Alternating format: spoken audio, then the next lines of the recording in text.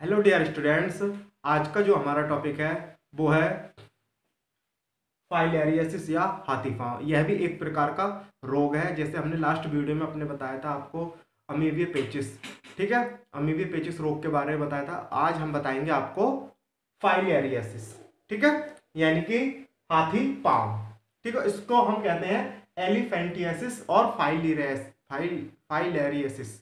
ठीक है, अब इसका जिस प्रकार मैंने उसमें अमीबिया पेचिस में आपको बताया था, अमीबियासिस में बताया था कि हमने स्टेप बाय पॉइंट्स में डिवाइड किए थे। वो अपने कुछ हमने उसमें क्या बताई थी, आपको हेडिंग्स भी बताई थी। इसी प्रकार हम इसमें आपको, ठीक है, सबसे पहले जानते हैं कि ये फाइलेरियासिस या यह रोग किसके द्वारा मनुष्य में फैलता है। ठीक है, चलिए देखते हैं कि यह रोग फाइलेरिया कृमि, यानी कि ये कृमि नाम आ गया, तो ये जो है हमारा कौन से फाइलम का सदस्य है, निमेटोडा फाइलम का सदस्य है।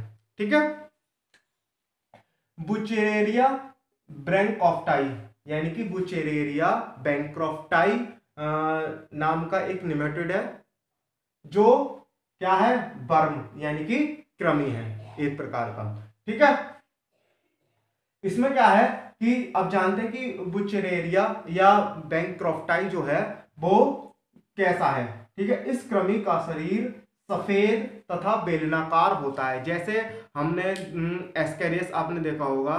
ठीक है, उसी प्रकार का इसका शरीर होता है कि एक तो ये व्हाइट कलर का होता है और इसका जो शरीर होता है कुछ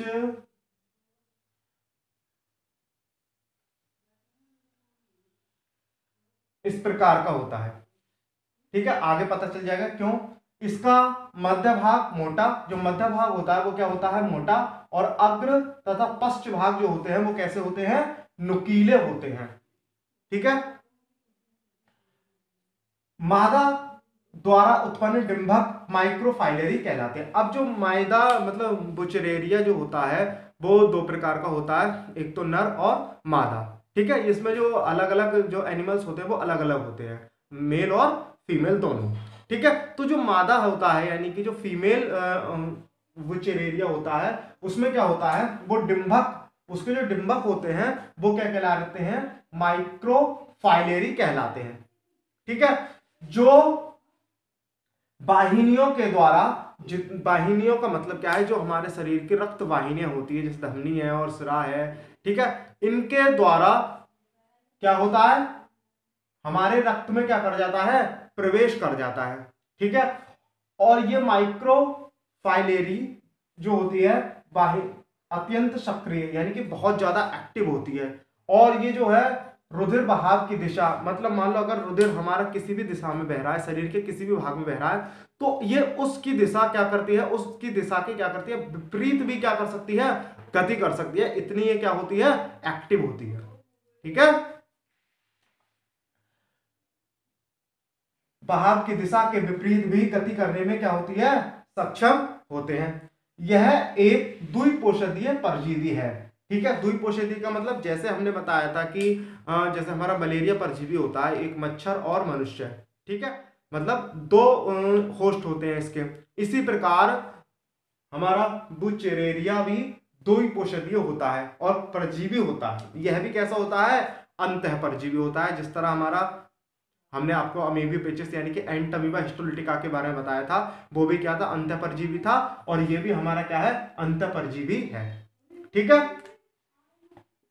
प्रथम पोषक मनुष्य तथा द्वितीय पोषक जो होता है वो क्यूलेक्स फेटिगंस मच्छर, मतलब एक मच्छर की प्रजाति है जिसका नाम क्या है, क्यूलेक्स फेटिगंस मच्छर है, जिसके द्वारा ये मनुष्य में फैलता है।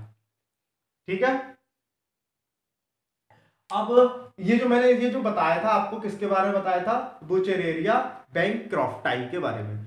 ठीक है, अब जानते हैं इसकी संचरण विधि यानी कि मोड ऑफ ट्रांसमिशन, मतलब किस द्वारा ये कैसे और किस प्रकार ये फैलता है। ठीक है, देखते हैं। यह एक वाहक जन्य रोग है। वाहक जन्य का मतलब क्या है, इसको फैलाने का कार्य एक कैरियर करता है, यानी कि वाहक करता है एक मनुष्य से दूसरे मनुष्य में। ठीक है, क्यूलेक्स फेटिगंस मच्छर इस रोग का के संचरण हेतु क्या है, उत्तरदायी होते हैं। जो मैंने आपको जैसा कि ऊपर बताया था, क्यूलेक्स फैटिगन्स जो होता है मच्छर की प्रजाति, वो इसको क्या करती है, फैलाने का कार्य करती है। ठीक है, अब जानते हैं इसके लक्षण यानी कि सिम्टम्स, क्या क्या इसके सिम्टम्स होते हैं। ठीक है, तो देखिए, इससे प्रभावित अंग जैसे हाथ, पैर, स्तन, वृषणकोश आदि अत्यधिक क्या हो जाते हैं, सूज जाते हैं। अगर किसी भी व्यक्ति को क्या है, एलिफेंटियासिस रोग से वो पीड़ित है, तो उसका जहां पर वो जिस शरीर के जिस भाग में भी वो प्रभावित है रोग, वहां पर क्या हो जाता है, जैसे मान लो अगर किसी की टांग में ही प्रभावित हो तो उसकी टांग की संरचना कुछ इस प्रकार हो जाती है, इस प्रकार वो जगह जगह क्या हो जाती है, फूल जाती है या सूज जाती है। ठीक है, तो इसीलिए ये जो सूज जाने के कारण जो हमारा पैर है मनुष्य का, वो क्या होता है, बहुत बड़ा हो जाता है सूज कर। ठीक है, इसीलिए हम इसको क्या कहते हैं, हाथी पांव। इस रोग का नाम इसीलिए क्या रखा गया, हाथी पांव या एलिफेंटियासिस। ठीक है, हाथ, पैर, स्तन, वृषणकोश आदि अत्यधिक क्या हो जाते हैं, सूज जाते हैं। और एक और है इसका लक्षण, त्वचा का रंग गहरा हो जाता है। अब जो त्वचा का रंग नॉर्मली जैसा होता है वैसा नहीं होता, उससे क्या हो जाता है, डार्क हो जाता है या गहरा हो जाता है। ठीक है,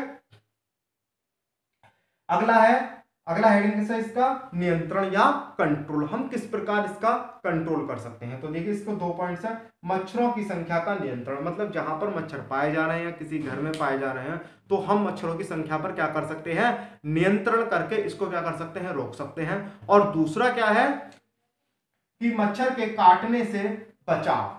अब जो भी मच्छर, जितने भी मच्छर हमारे घरों में या पाए जाते हैं, तो हम ये कोशिश करें कि हमें मच्छर ना काट पाए। तो उसके लिए हम अलग अलग से क्या कर सकते हैं, अपनी तरफ से सुरक्षा अपने शरीर की कर सकते हैं।